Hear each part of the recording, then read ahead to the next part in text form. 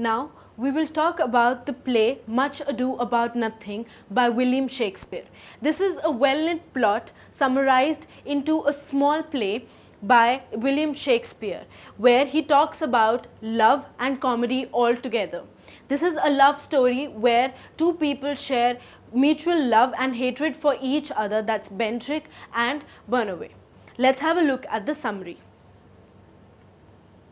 Act 1. A messenger arrives in Messina and informs Leonardo, the governor, that Don Pedro will be coming to the town with his army. Leonardo asks how the war campaign went and learns that no men of high rank lost their lives, and that a man named Claudia received many of honors of his valor in battle. Beatrice, the niece of Leonardo, asks the messenger if Benedict of Padua has returned from the wars as well. The messenger informs her that he is with Don Pedro's army and has befriended Claudia. Beatrice sarcastically compares Benedict to a disease that men catch and says a great deal of negative things about Benedict. Now, in the first act of the play, right in the beginning, we can see a level of hatred which Beatrice holds for Benedict, and this is clearly visible through her words. Moving on, Don Pedro arrives accompanied by Claudia, Benedict, Balthasar and Don John, his bastard brother. He greets Leonardo and speaks with him while Beatrice and Benedict converse together. Beatrice is caustic and tells Benedict it is a good thing that he does not love any of the ladies, because when they would have to put up with him far more than they do now, Benedict is unable to compete with her wit, and they finally break off conversation. Now here, people are talking about Benedict and Beatrix, and they tend to say that Benedict is very incompetent in terms of the rest of the females because he is not able to match the level of intellect and wit those females hold. Don Pedro announces to his men that Leonardo has generously allowed them to stay for a month. Leonardo turns to Don John and tells him he is glad that Don John and Don Pedro are reconciled. Don John says, "I am not a man of many words, but I thank you." Everyone leaves except Claudia and Benedict.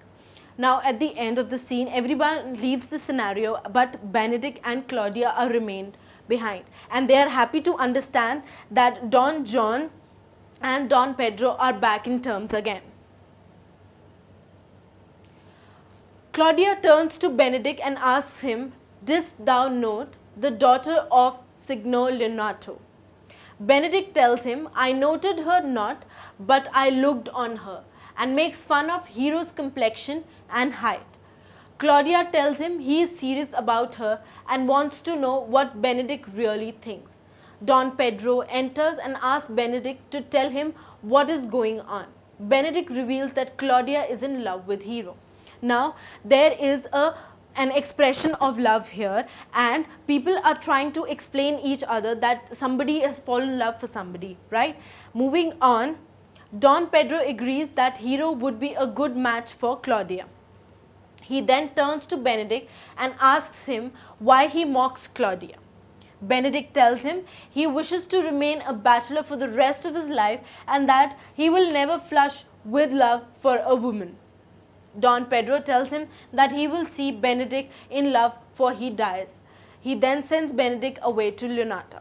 Now here, we need to understand that Don Pedro agrees that Hero would be a good match for Claudia, but then Claudia has to face the situation of a no in terms of her love, because Benedict asks him that Don Pedro wants to live a life of bachelor all his life, and he understands this fact that he will not be able to love a woman. Moving on, Claudia asks Don Pedro if Leonardo has any sons and learns that Hero alone is his heir. Don Pedro promises to speak with Leonardo about arranging a match between them, but Claudia is afraid to speak to Hero and tell her he loves her. Don Pedro informs him that there will be a masked ball that night and that he will pretend to be Claudia and woo Hero in Claudia's name. Moving on to Act 1, Scene 2. Leonardo and Antonio, his elder brother, meet and discuss Leonardo's guests for the ball that was supposed to take place that night.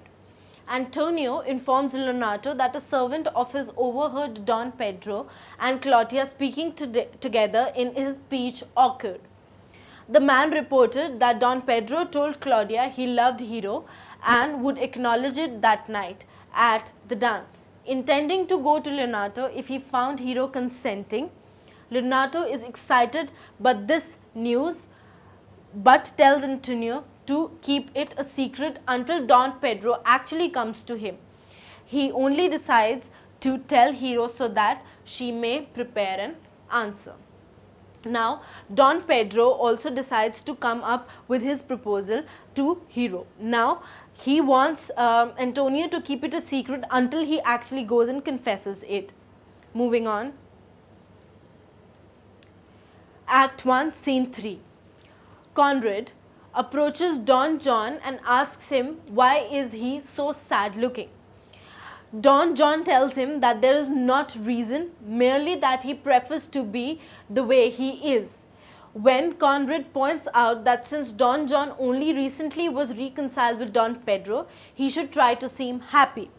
Don John exclaims, I had rather be a canker in a hedge than a rose in his grace.